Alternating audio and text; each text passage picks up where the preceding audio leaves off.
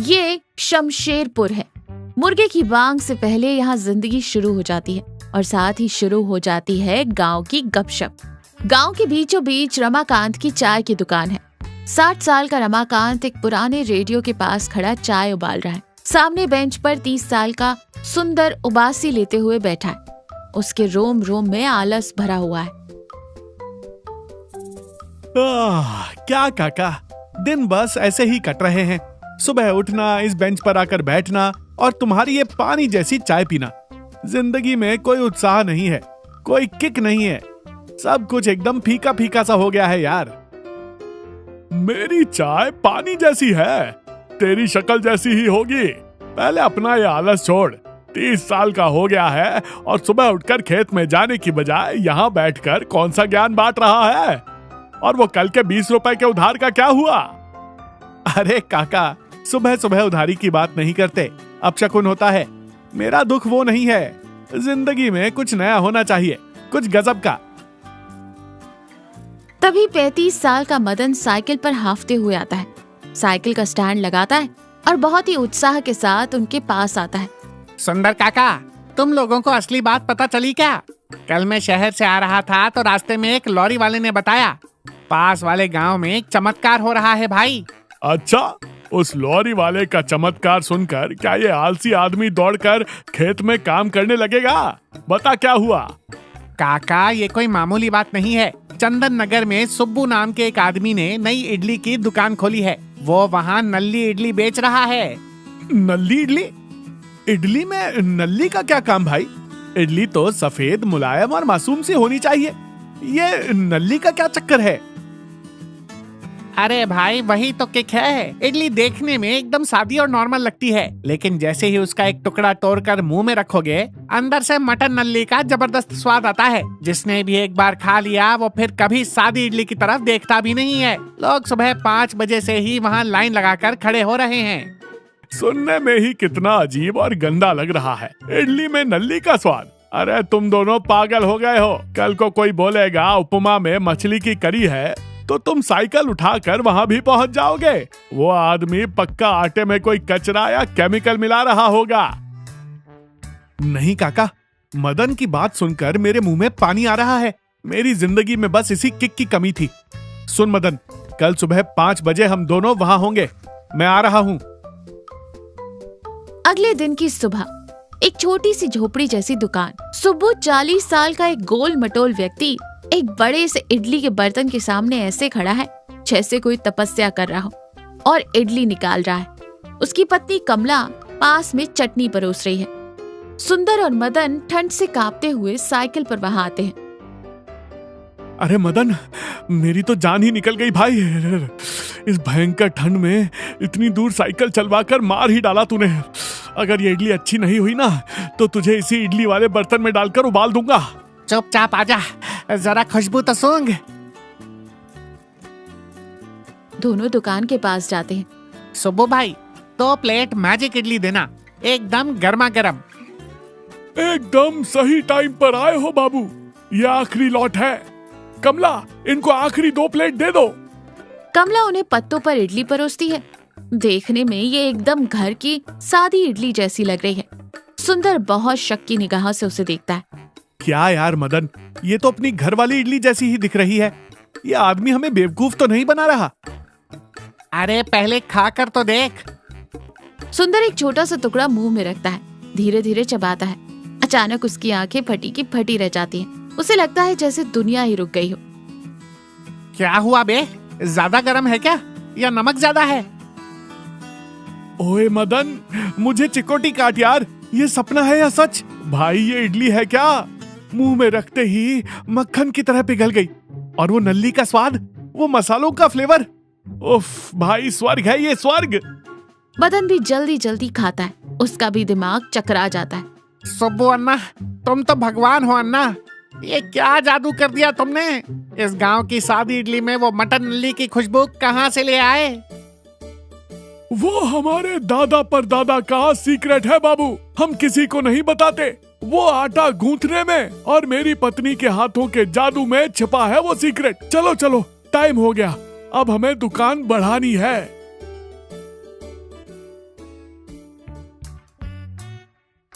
सुंदर और मदन दोनों रमाकांत को घेरे खड़े हैं और उसका दिमाग खा रहे हैं।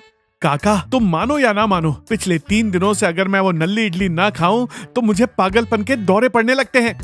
हाँ काका, वो रुई जैसी मुलायम इडली और उसके अंदर से आने वाला वो नल्ली सूप का स्वाद, उफ काका, वो पक्का कोई जड़ी बूटी मिलाता है, वरना हम ऐसे एडिक्ट क्यों हो जाते। तुम दोनों रोज सुबह सुबह आकर मेरी जान मत खाया करो। उस मनहूस इडली का नाम मेरे सामने मत लो। इडली इंसान की सेहत के लिए अमृत जैसी होती है, उसे तुम लोग ऐसे क्यों बर्बाद कर रहे हो? वो पक्का आटे में कोई फालतू का पाउडर मिलाता होगा। देख लेना, 6 महीने में तुम दोनों की आंतें सड़ जाएंगी। तब आना मेरे पास, मुफ्त में गर्मा गर्म पानी दूंगा पीने को। तुम कुछ भी कहो काका, कल तो मैं अपनी पत्नी चंपा को भी वहाँ लेकर जाऊंगा। एक बार उसने वो इडली खा ली ना तो वो भी मुझे कभी पलटकर जवाब नहीं देगी। रात के 8 बजे सुंदर डरते डरते अंदर आता है।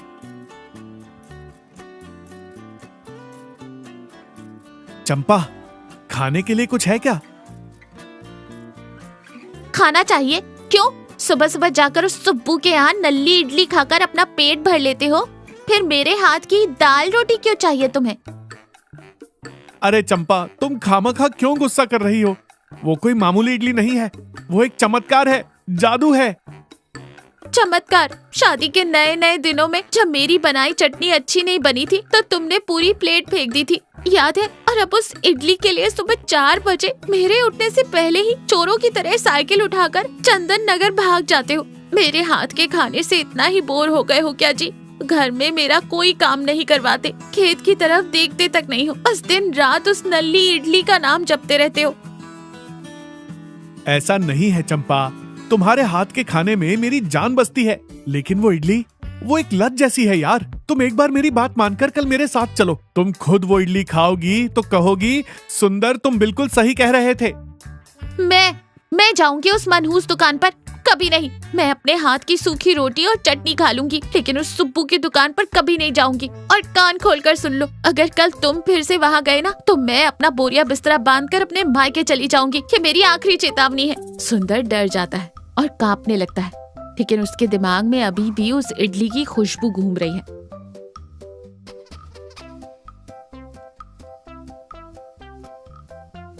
अंधेरा है, चंपा गहरी नींद में है। सुंदर बहुत धीरे से बिना कोई आवाज किए बिस्तर से उठता है। उसे चंपा का डर तो है, लेकिन इडली का पागलपन उसे खींच रहा है। वो धीरे से दरवाजा खोलकर बाहर निकलता है। वहाँ मदन पहले से इंतजार कर रहा है। क्या कर रहा था इतनी देर से? जल्दी चल, आखिरी लॉट खत्म हो जाएगा। यार मदन, चंपा को पता चला तो वो मेरी जान ले लेगी भाई। मैं बस ये आखिरी बार आ रहा हूँ।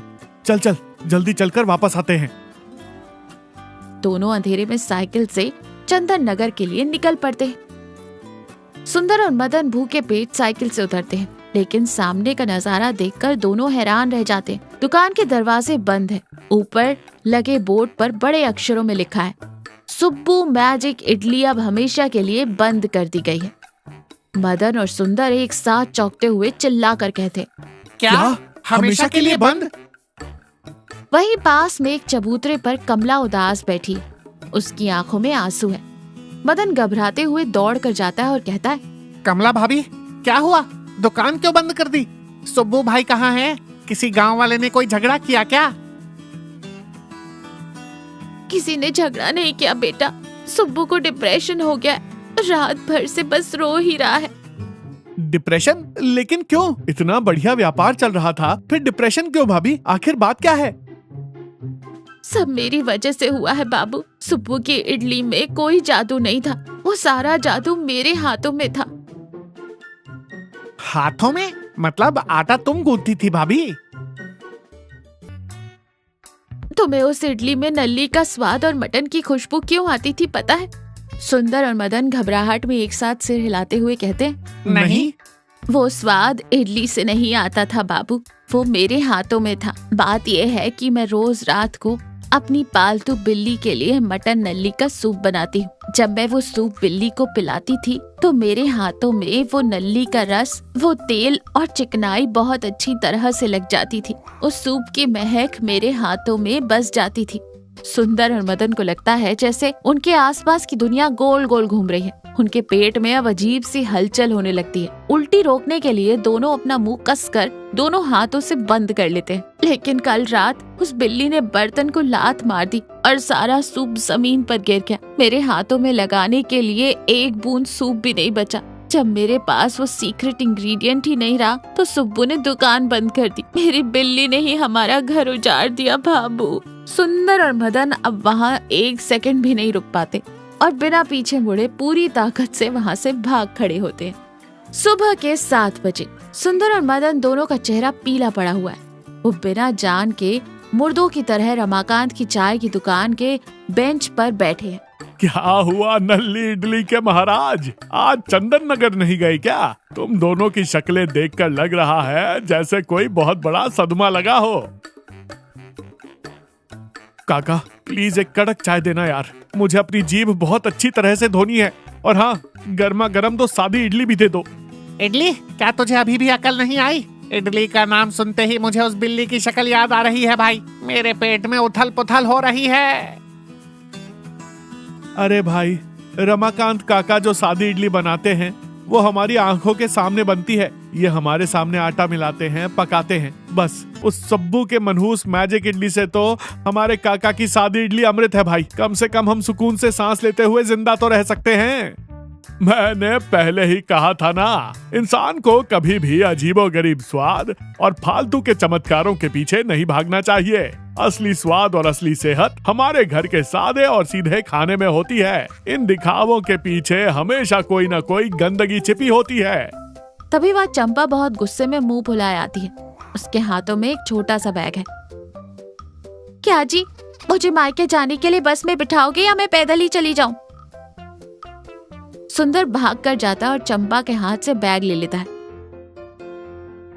चंपा मुझे माफ कर दो यार, मेरा सारा पागलपन उतर गया है। इस दुनिया में तुम्हारी बनाई दाल रोटी और तुम्हारी हाथ की चटनी से बढ़कर कोई जादू नहीं है। तुम्हारे बिना मेरी जिंदगी एकदम बेस्वाद है। कल से मैं सुबह जल्दी उठकर रसोई में तुम्हारी मदद करूंगा और खेत पर भी जाऊंगा। चंपा बहुत हैरानी और खुशी से उसे देखती है। मदन और रमाकांत जोर जोर से हंसने लगते हैं।